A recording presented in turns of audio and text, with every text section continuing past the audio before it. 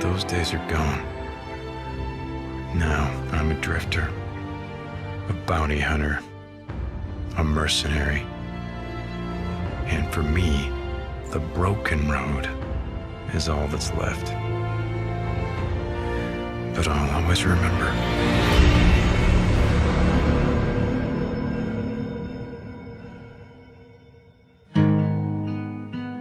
The broken road is a good line what this game turned out to be. Now, this is not referring to that this game is completely broken. No, far from it. I wanted to bring in this review and my commentary regarding this game, and I want you to understand that this game is far from anyone, or I should say most of the people think that it can be or what it tries to be. There's a lot of good stuff, and there's some bad stuff as well. Also, by the way, this is going to be a spoiler-free review. Anyway, enjoy. Just in case the need lasts me eternity. So as you might know, Days Gone is more or less basically an open-world action-adventure survivor horror maybe game developed by Bend Studios and is a PlayStation exclusive. Now, set in a post-apocalyptic world where you take on the role of Deacon St. John, a former outlaw biker turned drifter from prefers life on the road rather than in the survivor of the encampments. The game takes place 2 years after the global pandemic occurred, which killed almost all of the humanity and transformed the millions of others into the Freakers. Basically zombies that are natural of the wandering mindlessly around. Now, it has to be expected that any of the first-party AAA title PlayStation exclusive is going to look stunning, making the most of the best technology to bring cutting-edge visuals to the consoles. Days Gone is no different, but has one core feature other titles in the Sony family don't have: the way it brings life to the post-apocalyptic dystopia of Oregon. The lighting, well, especially with the HDR enabled, makes the game look incredible, with the sun beaming throughout the tall trees and fog creating the kinds of old-school horror environment you'd expect to see in a classic movie. But it's in the geography of the open world that makes it something special. There's a huge amount of personality injected into the sandbox, with little touches and flourishes making it clear that the devs really did their homework in making the areas feel as authentic as possible. Even though the environments on paper are nothing new, made up of the kind of the desolated towns and the villages you've seen plenty of time in the post-apocalyptic media. Now, Sony Bend have been able to make each feel believable and real, somewhere people could have genuinely lived. There's an attention to detail that makes the sandbox appear more natural, which goes a long way in increasing players' immersion and ensuring of the exploration always feels somewhat at least rewarding, I want to say. I won't be giving up on you. Now, Days Gone's story and the character has been dividing people since the first wave of the reviews dropped, but there's no denying that the actors inhabiting these characters are doing their dang best to alleviate of the material, right? Sam Witwer's central performance in the particular is captivating and makes you wonder why he hasn't been in more video games, transforming that could have become a distracting of the stereotype of a biker into a three-dimensional character, in my personal opinion. There's a tenderness he brings and of a feral behavior the character has resorted in the wake of the apocalypse, which flashes throughout just enough to keep you sympathetic to his actions, even when he's being a bit of a fucking dick though. The inverse is true as well, with his bloodlust coming throughout the spit and of his voice when he mercilessly gunning down freakers and bandits in the wild. Now, thankfully, it's not just Witwer who puts in a good shift, but the entire extended cast is brought to life by great voice actors and performers, who manage to even make even big character memorable assets to the game. Like, the material might not always be the best or most original, but there's no denying that Sony Bend got it absolutely spot on when it comes to the people's bringing their script to life.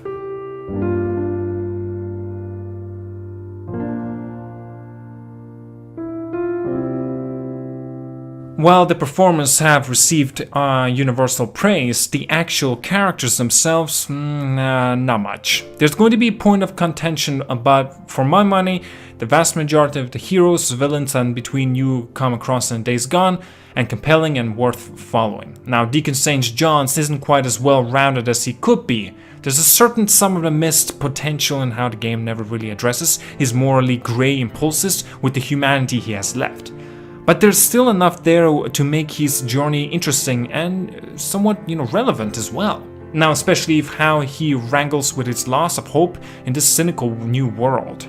Like, the people he meets are equally as interesting, from Tucker's sinister abuse of her workers to his relationship with the Iron Mike in the Lost Lake. Now, there are some dudes here and there, and it's undeniable that there are plenty of post-apocalyptic archetypes being filled in, but for the most part the characters are complex enough to carry the story.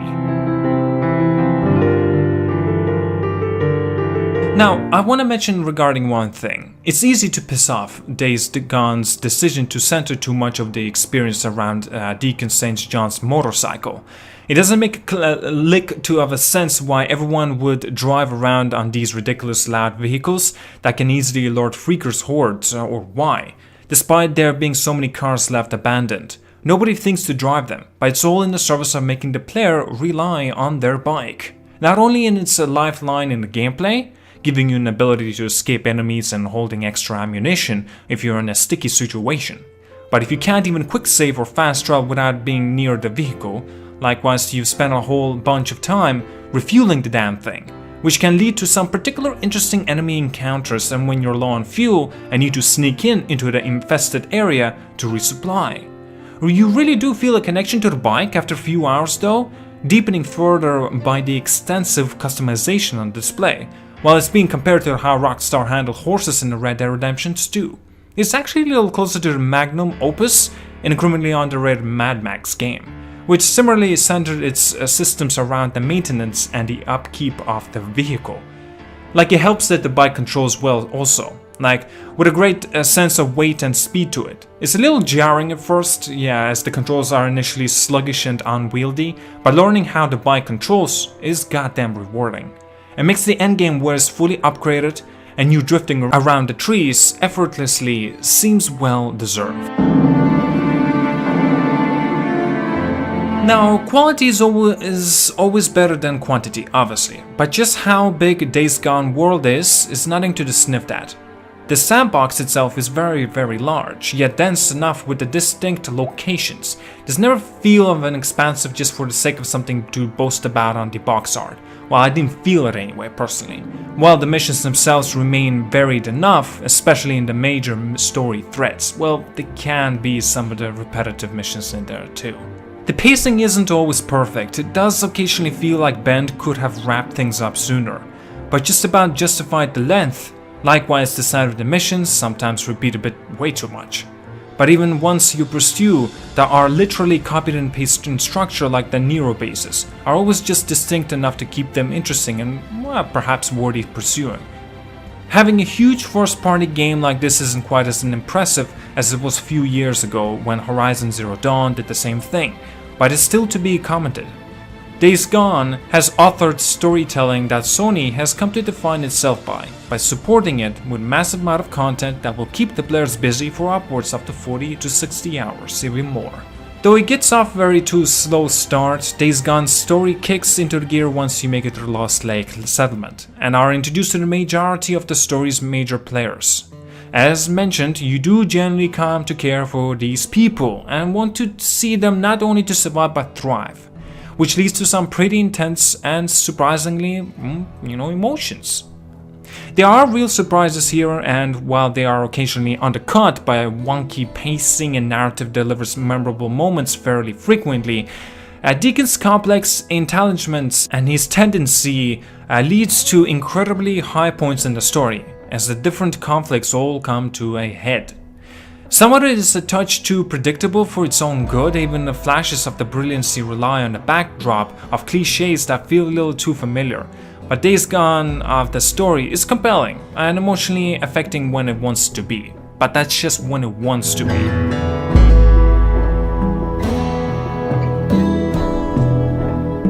Gunplay and combat takes some getting used to in Days Gone, as the weapons are far heavier and more difficult to use compared to the other third-person shooters. The lack of ammo means every shot counts, but aiming is impacted on some difficulty to judge sway and reticles and encourages statics considering the shooting. But there are challenges what ends up making gameplay so satisfying when you do land a shot. Now, shooting feels messy and it is destructive. Maybe it's supposed to be like this as it is a post-apocalyptic story like this, with each shot sounding like a thunderous of the devastating cannon that tears down through the enemy. Getting headshot making the most out of your ammo is difficult, but that makes it even more rewarding when you do efficiently take out the group of bandits or the freakers. This combined with melee combat, which isn't exactly complex but is punchy enough, creates a rather solid interplay between the considered planned attack on the fly improvisation. There are an unpredictability to combat that can be infectious and entirely at the home in this world. Stealth fares similarly, pretty rudimentary to the grand scheme of things, but still, sounds, satisfying to execute flawless kills, when you do stealth kill. It's not even that great, to be honest, with the combat system that it tries to pull off, and has it been everything done before much better. Stealth is a big flaw in this game that really hurts it. I mean, the AI, when they try to react, throw a rock, maybe you're in the bushes, throw it right next to you, they just blindly come to you and you pull off like stealth kills. It simply does not work, and it's a big flaw in my opinion. You can stealth kill through the whole game, well obviously you can't, but still it needs to be worked at for sure.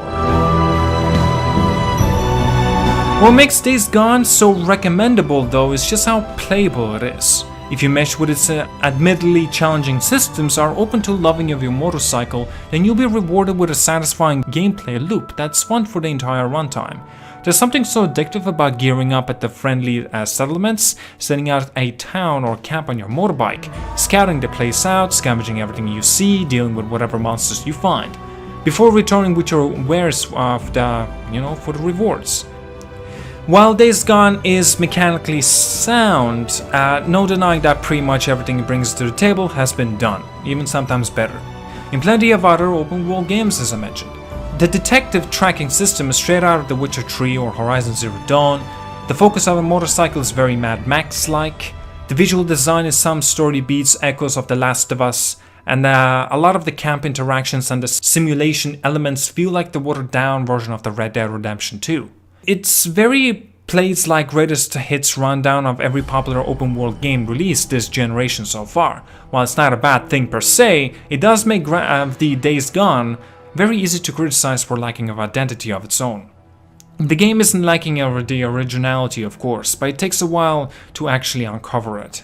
The system's Days Gone riffs are unpopular for a reason, but I can't deny that, even though I had a great time with its only band's title. There were moments where it actually inspired me to revisit games like The Witcher 3 or perhaps Red Dead 2. Even if you love Days Gone, there's no getting away from the fact that it puts the wrong foot first at the beginning. The opening hours can leave a bad taste in people's mouth. And even if the very first thing you do, a blistering high-octane chase sequence, makes you resent the way motorcycle control, likewise the story itself is quite jarring initially, riddled with odd presentation issues that we'll get you to later as well. Likewise, the first few story missions are nothing special, introducing you to the title of the core mechanics, and characters whose complexities aren't initially apparent.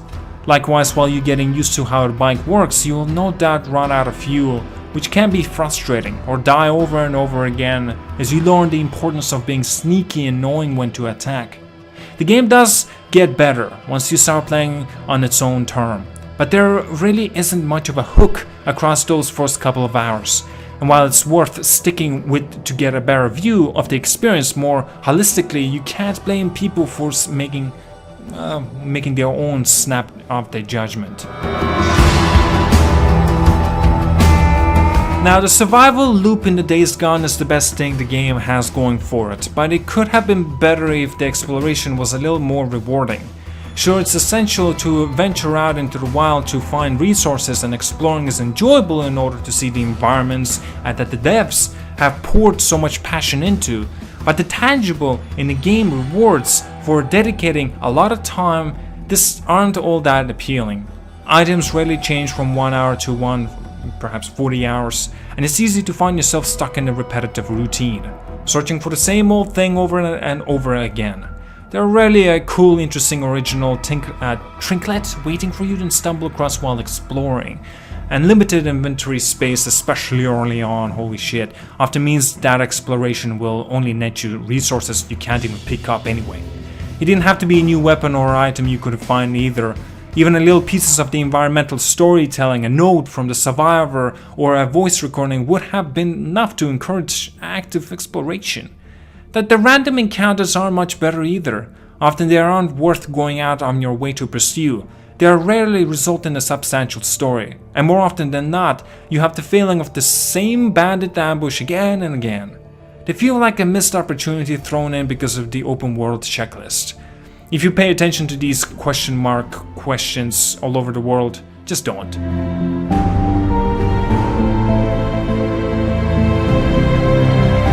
Now, Days Gone graphics are goddamn impressive. As is the directive cutscene, but the presentation is underwhelming at every step by bizarre technical issues. Load screens are major problems, intrusive in a way that breaks the flow of the storytelling and even occasionally ruins some of the emotional moments. Cutscenes often don't transition naturally, and a jump to a different sequence might be linked by 10 seconds worth of the black screen. And likewise of the fade-ins, right, pop up all the time in both gameplay and the directed scene, which again only serves to break the immersion and pull you out of the story.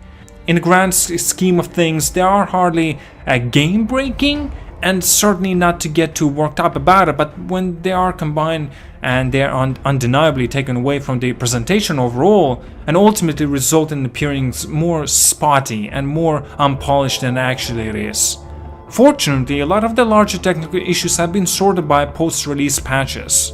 But some issues do persist, for instance the strange drop of frame rate when speeding with the bike at its top speed, and constantly texture pop-in, which again means the presentation doesn't live up to its fullest potential, and the auto-sync issues with the voice can definitely break your immersion, can definitely kill your experience with this game.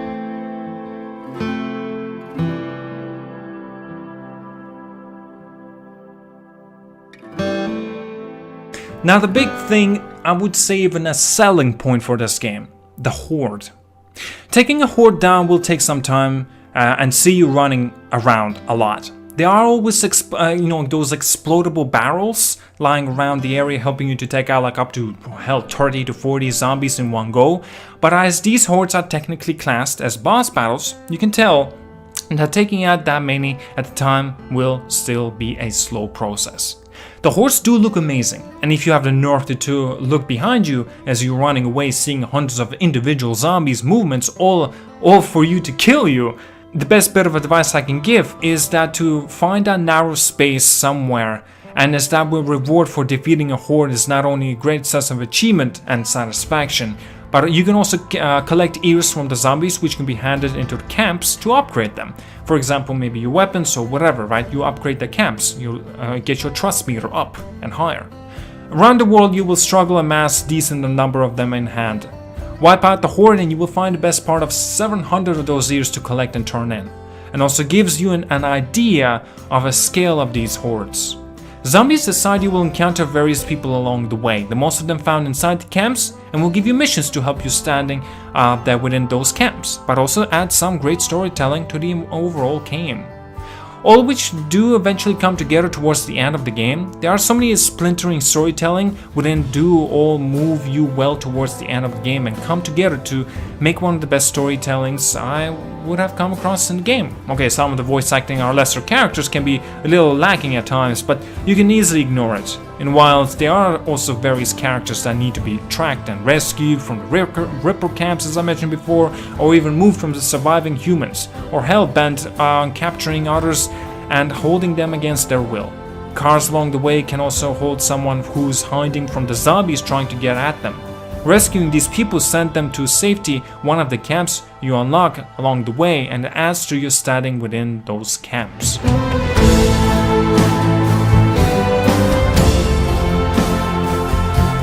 Now, with 60 plus hours of the gameplay, it's a substantial game and one that I really did enjoy from the start.